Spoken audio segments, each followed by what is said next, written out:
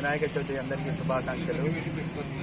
సుబ్రహ్మణ్యయ్య గారు ఇటువంటి కార్యక్రమం ఆయనకు మనసులో కలిగించడం ఆ దేవుడు చాలా మంచిది అని చెప్పేసి మేము చాలా మనస్ఫూర్తిగా ఆయనను అభినందిస్తున్నాము. ప్రజలకు ఈ విధంగా మట్టి విగ్రహాలు ఇవ్వడం అనేది చాలా సంప్రదాయంగా బాగా మంచి ఆలోచన చేశాడని చెప్పేసి మేము ఆయనకు ధన్యవాదాలు చెప్తున్నాం. అందరికీ వినాయక చవితి శుభాకాంక్షలు అండి అడ్వాన్స్గా. ఎందుకంటే మనం ఈ మట్టి విగ్రహాలు మనం ఏర్పాటు చేయడం వలన ఈ తరం కానీ వచ్చే తరం కానీ అందరికీ మట్టి విగ్రహాల వలన ప్లాస్టర్ ఆఫ్ పారిస్ వాటర్ ఎట్లుంటుంది, ఇట్లా అయితే ఎట్లుంటుంది, మన పర్యావరణాన్ని మనమే పరిరక్షించుకున్న వాటి అవసరం.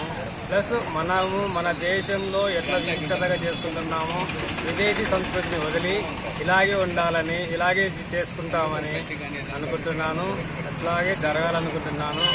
ఈ ప్రోగ్రాం మనకి ఇంత చేసుకోవాలని అనిపించడానికి కూడా బచ్చు బాలకృష్ణ గారు, రోటరీ క్లబ్ ప్రెసిడెంట్, శివ గారు, మనకు ముఖ్యమైన మిత్రులు, మనకి చిన్ననాటి నుంచి మిత్రులు సీనయ్య గారు, వీళ్ళందరూ ఎంతో దోహదపడినారు. వీళ్ళ మంచి చెడ్డలు మనకు చెప్తూ ఉండడం వలన మనం ఇట్లాంటివి చేస్తే 10 చోట్ల మన భవిష్యత్తు తరాలు పిల్లలు కూడా ఇదే నేర్చుకొని మన సంస్కృతిని దేశ విదేశాలకు కూడా అక్కడ మన దేశంలో తగ్గిపోతుంది కానీ విదేశాల్లో మన సంస్కృతి పెరుగుతుంది. దీన్ని కంటిన్యూగా చేసుకొని మన పిల్లలకు మనం నేర్పుకునే విధంగా ఉండాలనే ఉద్దేశంతో మనకు తోచిన విధంగా మన చిన్న ప్రోగ్రాం చేయబడింది. జై గణేశ, జై జై గణేశ.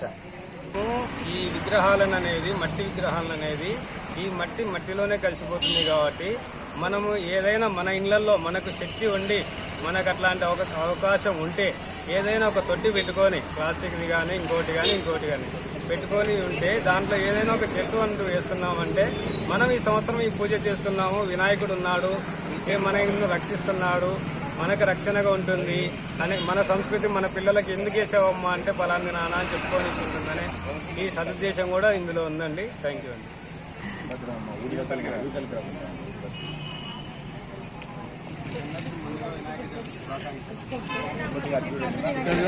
ఇక్కడ చూసుకొస్తున్నాం.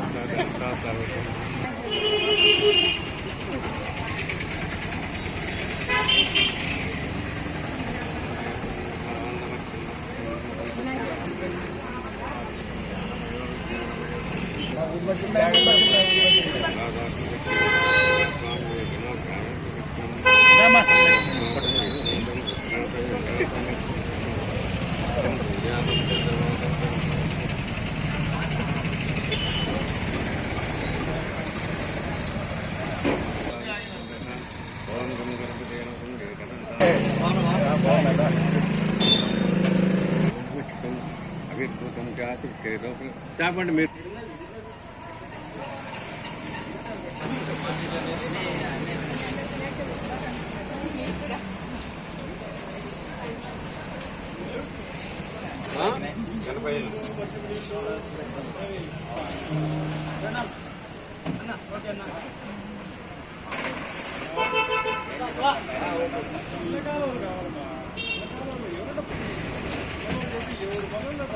ఓకే.